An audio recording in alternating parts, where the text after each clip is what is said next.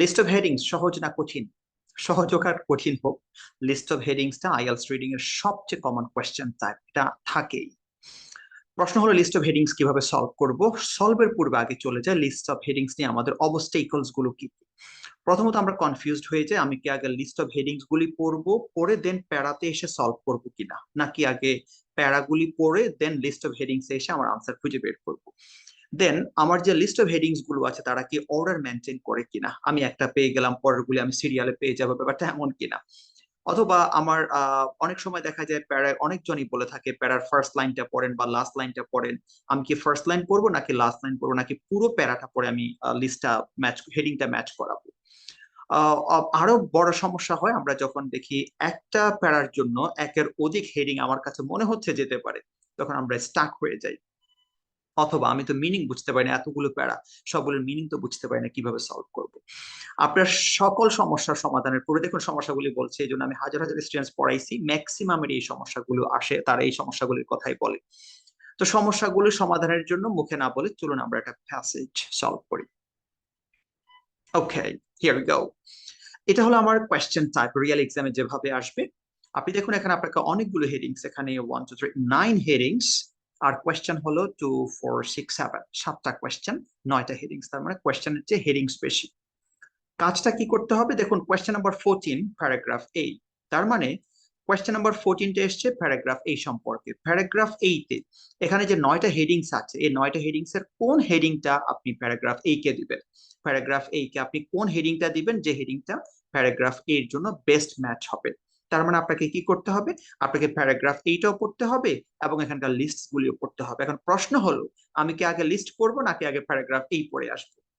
দেখুন, আপনি ধরুন প্যারাগ্রাফ এই পড়লেন, পড়ার পরে আপনি কি আইডিয়া পাবেন, কি নেবেন আপনি। আপনি তো প্যারাগ্রাফ এইটা পড়ে, এটা তো এমন না যেটা মুখস্থ করে আপনি পরীক্ষা পাস করবেন।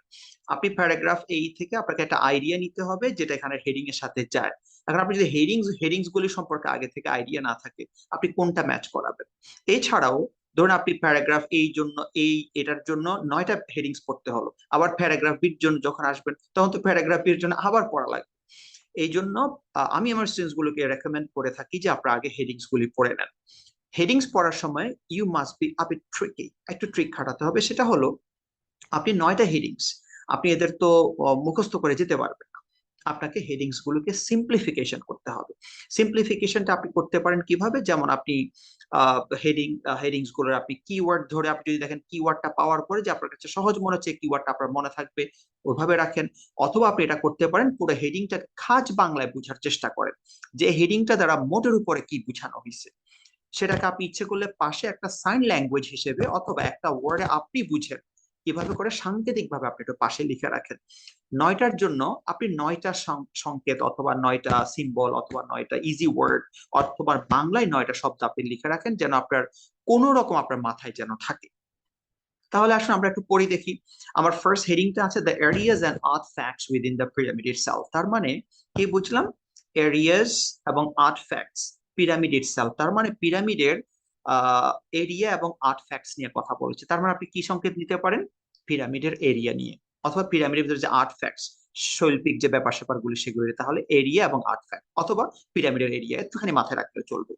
সেকেন্ডটা দেখুন, আ difficult task for those involve, তার মানে এটাতে যারা ইনভলভ ছিল, যারা এই কাজটা করেছে, তাদের জন্য এটা ডিফিকাল্ট টাস্ক। তার মানে আপনি কি দিতে পারেন, শুধু difficult task for the worker, অথবা আপনি দিলেন যে labour, hard work for labour, লেবারদের জন্য হার্ড ওয়ার্ক, অথবা আপনি শুধু ডিফিকাল্ট টাস্ক, এই কথাটা মাথায় রাখলেও চলবে।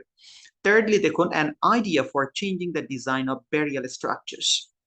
তার মানে বেরিয়াল স্ট্রাকচার, বেরিয়ালটা কি, বেরিয়াল মানে আমরা জানি বেরি থেকে এসছে কবর দেয়া, কবরের যে স্ট্রাকচার তার আইডিয়াটা চেঞ্জ হয়ে গেছে, সেই ডিজাইনের যে আইডিয়াটা চেঞ্জ। তার মানে এখানে হেড ওয়ার্ড যাচ্ছে burial structure, design of burial structure. মানে আপনি শুধু পাশে টুকে রাখেন যে এই প্যারা আমি যেই কোন প্যারাতে বেরিয়াল স্ট্রাকচারের ডিজাইন নিয়ে কথা বলবে।